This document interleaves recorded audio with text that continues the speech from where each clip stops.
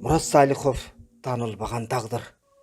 Сталиндик репрессиянын курмандыгы Кыргыз ССР Борбордук аткаруу комитетинин төрагасынын кызматын аткарган Мурат Салиховдун белгисиз өмүр жолу. Аты жөнү да айрым китептерде жаңылыш жазылып жүрөт.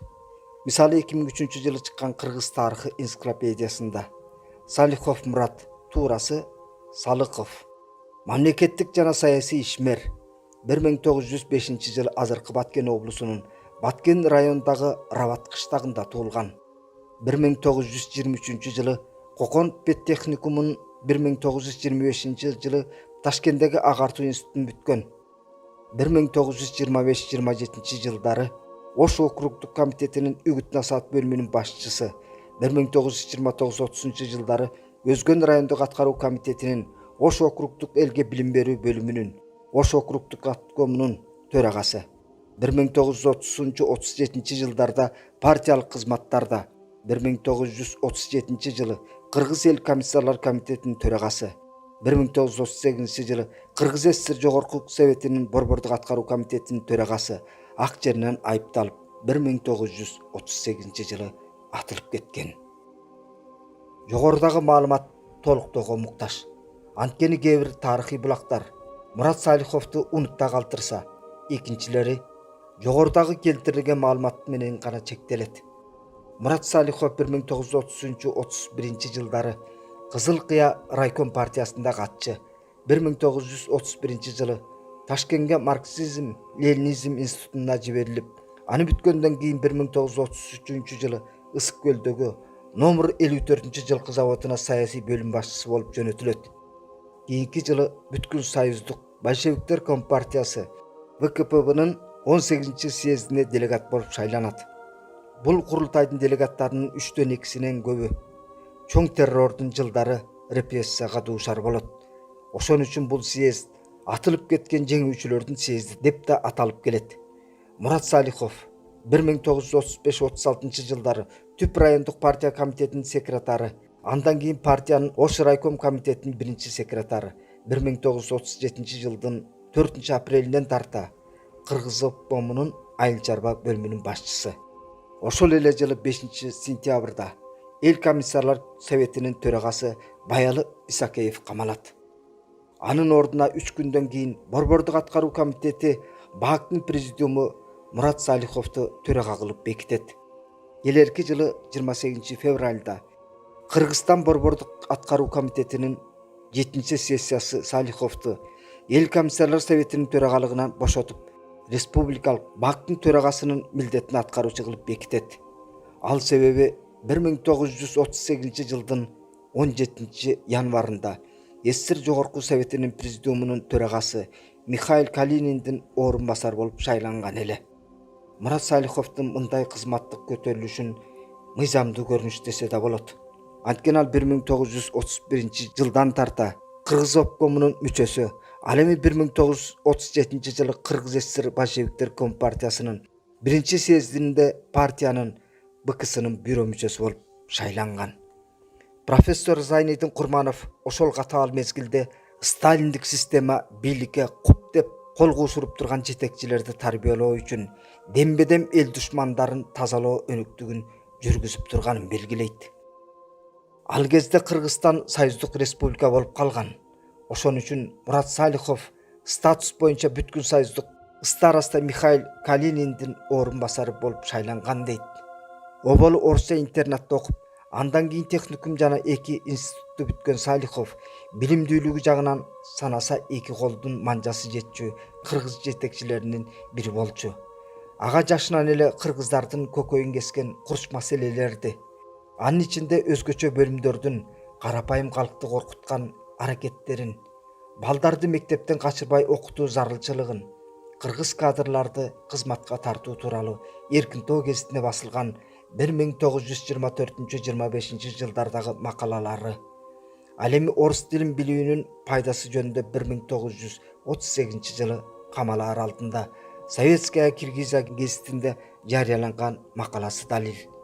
1938 жылы апрелде СССР Жогорку Советинин президиумунун төрагасы Калининге жазган катында СССРдин гербиндеги Пролетарии всех стран, соединяйтесь деген чакырык кыргызча бүткүл дүйнө пролетарлары бириkkиле деп жаңылыш которуп жазылганын, себеби Кыргыз ССРнин конституциясында бардык өлкөлөрдүн пролетарлары бириkkиле деп туура жазылганын айтып, гербтеги жазууну оңдоо керек экенине көңүл бурат. Мына ушул каттын негизинде ССРдин гербиндеги жазуу өзгөртүлөт. Борбордук аткаруу комитетинин 1927-37 жылдардагы төрагасы Абдыкадыр Орозбеков 1938 жылы 28 майда эл душманы деп атылып кеткен эле. Бул терминге Мурат Салихов да түшөт. Ал 1938 жылы 12 майда камакка алынып, 5 ноябрда атылат. Ага Кыргыз ССРнин аймагында иш жүргүзгөн социал Туран партиясы Совет бийлигин кулатып, Кыргызстандык куралдын күчү менен ССРден бөлүп кетүүнү өзүнө максат кылып койгон. Салихов чек арага жакын райондордо эрегишчил отряддарды түзгөн, жооптуу кызматтарда иштеп жүрүп, эл жарбасы менен эл агартуу тармагында бузукулук кылган деген айып тагылат. Ушундан 3 күндөн кийин 8 ноябрда Салихов Кыргыз ССР эл комиссарлар советинин төрагасы Исакеев жана эл агартуу комиссары Камбаров Бишкектеги НКВДнын өзүндө же эл ичинде айтылып жүргөндөй Көк Зоонун жер төлөсүндө атылат. Атабейт куугунтук курмандыктарына коюлган эстелик. Сталиндик бийлик эмне үчүн журтка төбөсү көрүнгөн, башкаруу тажрыйбасы жакшы телчиккен көй кашка азаматтарды четинен өлүмгө айдаган. Ал кишилер эмне үчүн атылган? Сталиндик режим улуттук кадрларга каршы саясат жүргүзгөнбү? Бийликке макул эмес бардык адамдар атууга кетип жаткан. Репрессиянын саясий максаты элди коркутуп үркүтүп, Москва айткан сөздү ойлонбой аткарчу роботторду тарбиялоо керек болчу. Анткени биринчи топтогу жетекчилер эркин заманда өсүшкөндүктөн андай адамдардын бийликке кереги жок болгон. Ошон үчүн Арабаев, Сыдыков, Жолдошев, Эсенаманов эң биринчи болуп атылып кетишкен. Ошон үчүн чоң тазалоо жүргүзүлгөн, дейт профессор Зайнидин Курманов. Мурат Салиховдун азан чакырып коюлган аты Мардан. Фамилиясы Германчы кылымдын башындагы кабыл алынган эрежеге жараша Мухаммед Салихов же Масалихов болуп жазылган. Анан кантип өзгөрүлүп кетти. Бүзайнов Кожоева Мурат Салиховдун тун уулу Кубаттын зайыбы. Бүзайнап эже тарых мугалими. Азыр пенсияда, Ош шаарында жашайт. Анын айтышынча Тестиер Мардан 1919 жылы Кокон шаарында жатак мектепте окуп жүргөндө Орусиядан келген мугалимдердин бири сенин фамилияңда эки сөздү кайталоонун зарылдыгы жок деп, ошондой эле классташтарынын шылдыңынан куткаруу үчүн атын Мурат, фамилиясын Салихов кылып өзгөртүүнү сунуш кылат. Муну Мардандын бир тууган агасы Садык да макул көрөт. Ошентип Мардан Мухаммед Салихов же Масалихов 14 жашында Мурат Салихов болуп калган. Ушундай эле маалымат Мурат Салиховдун кызы, азыр арабыздан өтүп кеткен Атыркүл Салихованын 2004 жылы Алматыдан орус-кыргыз тилдеринде чыккан Буюккан жылдыз автобиографиялык китебинде да келтирилет.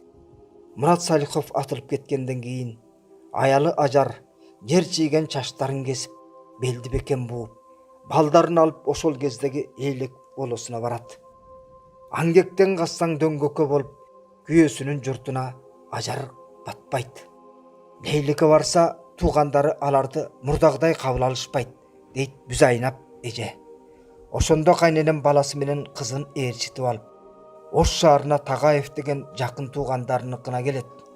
Эл душманы Мурат Салиховдун бала чакасына башпайнек беришүүдө дешип, Тагаевди түрмөгө олтургузушат. Ал бул менин бир тууган карындашым. Кантип карындашымды көчөгө таштап коем деп жатып камоодон кутулат. Муну ушундан кийин Ажар Салихова фамилиясын Арапбаева кылып өзгөртүп, эки чүрпөсү менен Өзбекстандагы туугандары тарапка из жашырганы кетет. Ал жактан кайра келип, Жалал Абадта, кийин 1942 жылы Ошто туруп калат. Ажар билимдүү эле. Ал 1933 жылы Ташкенттеги Борбор Азиянын Кызыл университетинде 1 жылдык курсту бүткөн. Фабрикада 1 жылча иштейт да 1943 жылы Аравандагы Жаңы Араван мектебине мугалим болуп орношот. Ажар Арапбаева Араван жеринде иштеп жүргөндө тагдырдын экинчи соккусуна кабылат. Ал Бишкекте соттордун эшигин кагып, адилеттик издеп жүргөндө таанып калган Жумакулов деген прокурор Араванга которулуп келип калат. Жана трактористтер мектебинде окуп жүргөн 13 жаштагы Кубатты чейинден чыккан Бейбаш деген жалаа менен балдар колониясына айдап жиберет. Ал Бишкекте сот кеңсесинде апасын ээрчип жүргөн 8 жаштагы Кубаттын колундагы азык-түлүк карточкасын көрө коюп, эл душмандарын багууга мамлекет милдеттүү эмес деп аны колунан жулуп алган экен. Анан Кубатты чыккынчынын баласы дешип, Ташкенттеги балдар колониясына айдап жиберишет деп улантты сөздү Бүзайнап Салихова. Ошондо кайненем Тажик ССРинин юстиция министри болуп иштеп жаткан кайнагасы Дастан Салиховго кат жазып, Кубатты балдар колониясына алып кеткенин кабарлайт. Кайнагам Ташкентке барып, Кубатты колониядан чыгарып келет. Кайнагамды Кыргыз ССРинин эл душманы делип, кызматтан алынган. Жогорку аткаруу комитетинин төрагасынын бир тууганы, анын баласы алып келди дешип, кызматтан кетиришет. Ошондон кийин Дастан Салихов Тажикстандын Шурап шаардык аткаруу комитетинин төрагасы болуп иштеп калат. Кубат кенде иштеп жүрөт. Андан качып Кызыл Кыяга келип, индустриалдык училищеге кирет. Окуу жайдын директору Кузьмич деген киши өзү, аялы да ата мекендик урушка катышкан экен. Жатаканада кандайдыр бир мушташ болсо, же чечендер менен уруш чыкса, ким баштады десе эле чогуу окуган балдар Кубатты көрсөтүшөт. Кузьмичтин аялы безилдейт. Не трогай его, он будет человеком. Кубат училищени бүтүп, Карагандыга индустриалдык техникумга окуганы кетет. Кубат Салихов Кызыл Кыяда фабрика заводдорго жумушчуларды даярдоо мектеби ФЗОну бүтүп, бир аз мезгил көмүр кенинде иштейт. Андан соң Карагандыдагы индустриалдык техникумду, кийинчерээк институтту аяктайт. Апасы Ажар 1945 жылы каза болот.